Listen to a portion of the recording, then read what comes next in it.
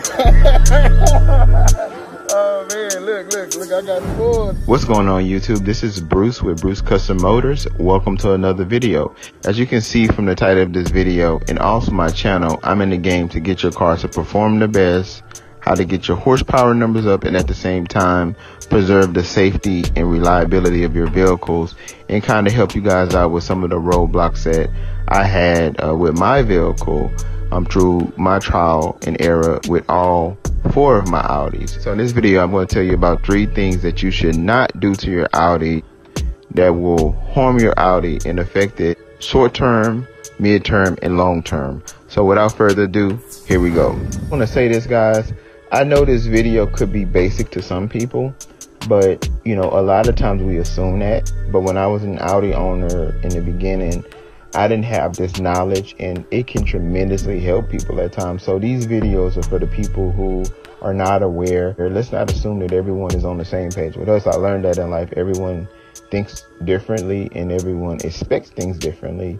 It can be the smallest thing that can help someone. All right, guys. So the first thing that you should not do to your Audi, I don't care under what circumstances, is put the wrong recommended oil in your vehicle.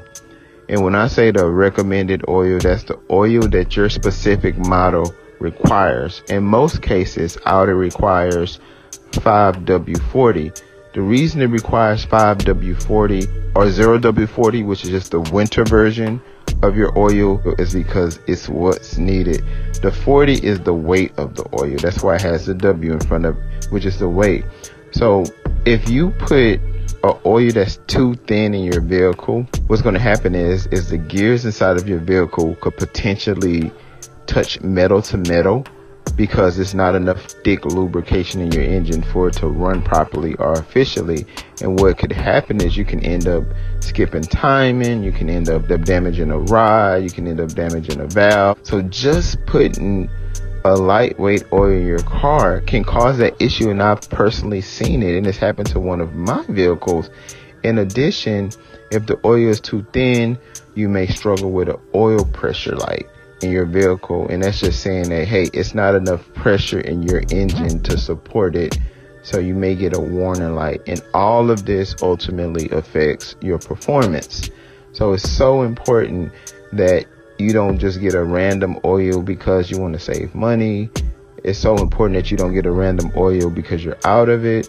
So let's say, for example, if you're in a situation to where you have an emergency to where you need to immediately put oil in your car, go ahead and put that oil in your car if it's too thin. But then at that point, you would need to put like a Lucas oil stabilizer in your vehicle, because the stabilizers are a little bit thicker and it will help balance off your oil, kind of like if you were getting a lower grade gas and you would need to put an octane booster in there to get that octane back in there. And on the flip side, if the oil is too thick in your car, you're going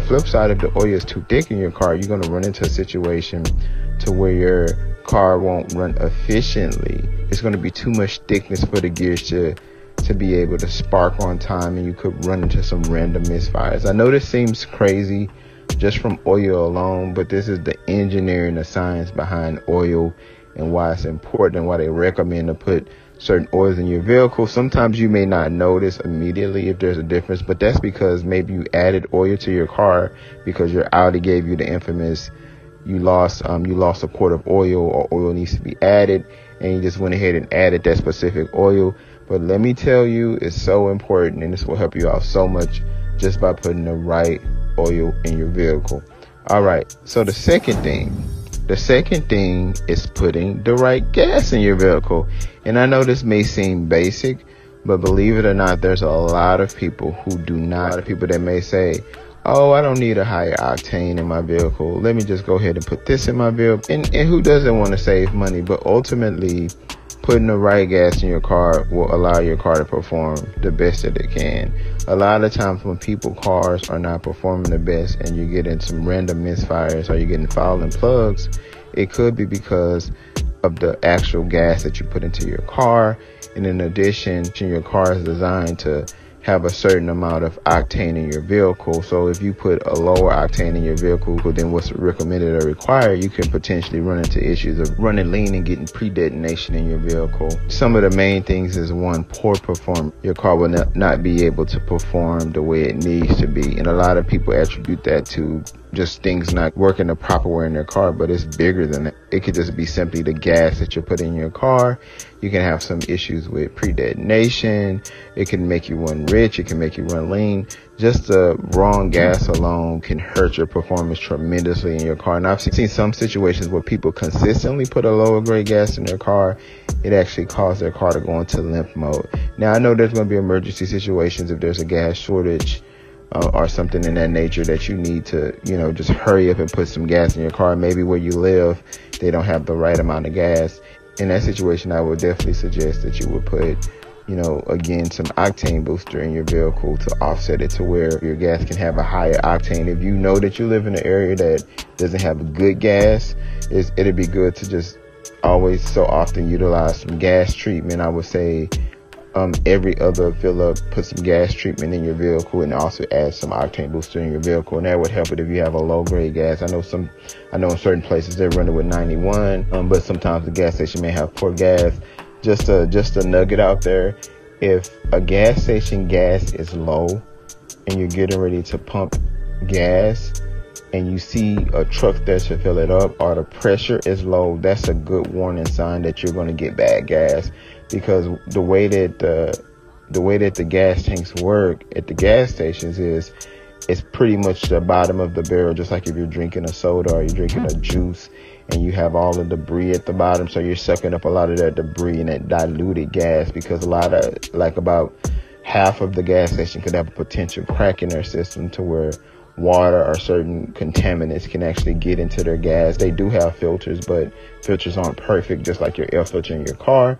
So just FYI, that's just a nugget to let you know if you're getting ready to get the right gas or not. Always go at the peak of it to where, there's no gas truck around and that you have high pressure in your car. And I know you won't be able to find out every time, but if the gas is running super slow, the pump is running super slow, just go ahead and put enough just to get your car to run and, come back or go to another gas station where they have higher fuel pressure in the gas station.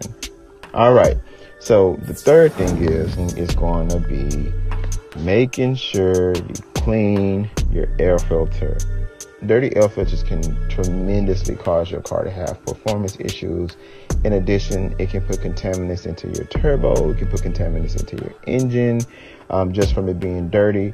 And you can suffocate your car, and you can potentially run rich. And like I said in my other video, that means too much gas and not enough air. Check your air filters. Make sure that they're clean. Make sure you're changing them out. If you have an aftermarket air intake, try cleaning it, I would say, quarterly. Just take it out and clean it. Don't wait till it's super dirty to clean it, because by that time you probably got some contaminants into your car.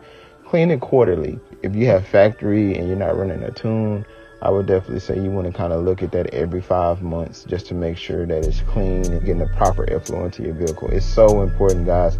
It's so simple, but so important. In addition, you have your mass airflow sensor, and which is a sensor that lets your car know how much air you're getting in your car, how much fuel, and it matches it up. So if your air filter is dirty, it can affect that sensor. And I believe I did a video on that as well. I put that in one of the information links in this video. But that alone can throw off your car, not put enough fuel, put too much air, or vice versa, because the sensor is confused. So I would, and that's such a key element to the performance of your car, reliability of your car, and making sure things work the right way. So cleaning your air filter. So yeah, guys, I just want to share the top 3 easy things that you can do to protect your car and not to avoid doing in your car, so you can have the best driving experience from a performance and reliability standpoint. I appreciate all the love from the new subscribers, old subscribers, the engaging subscribers who even help me with issues that I have, and in turn I help them. So this is Bruce with Bruce Custom Motors. Thanks for your love and support. Peace. I'm out.